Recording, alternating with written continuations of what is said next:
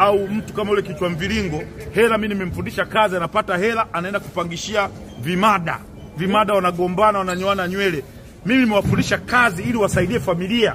Na nikitoka Rwanda, nitakaa na mke wa kichwa mviringo ili nimfundishe namna ya kumnyoosha. Ili nimfundishe namna ya kuweza kumnyoosha kichwa mviringo, kwa sababu kazi anayoifanya, na hii siri nilikuwa nimebeba kwa kipindi kirefu, lakini bora imekuja imejifumbua wenyewe. Hiyo ndo kazi yake. Huko IFM anao wawili. Mlimani anao wawili. Sawa? CBE anao wawili. Mwanza, tulienda Mwanza, nakumbuka tulienda Mwanza na Wasafi Beti, akaja nao wengine tena wawili. Sasa ina maana shughuli yake, hela anazozipata zote anapeleka kule.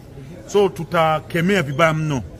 Na nitakaa na mke wake, nitamwambia. Kwanza ngoja mimi siwezi kushindana na mtu mapua. Mkeo alienda South Africa, muulize mkeo South Africa alienda kufanya nini?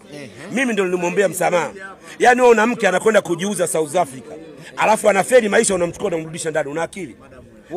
Wewe sasa, mimi ndio nakwambia, mimi ndio nilotengeneza video ya msamaha wa kwanza. Muulize mapua, mke wako South Africa alifuata nini? Kamuulize hivyo. Alafu akupa jibu, nifuate mimi. Mwambie mke wako wakati ameondoka, wakati una kashfa ya kimada, mke wako akachukua vitu vyake akaondoka akaenda South Africa. Mtoto tulimfuata Dodoma mimi na yeye. Mtoto wake tulimfuata Dodoma mimi na yeye. Nikaambia mchukue mtoto mle. Mke wake alikuwa South Africa. Muulize South Africa alikuwa anafanya nini? Hivi swala muulize kwanza, muulize. Habari, mimi naitwa Salma au Mama Ruby, mke wa Baba Levo.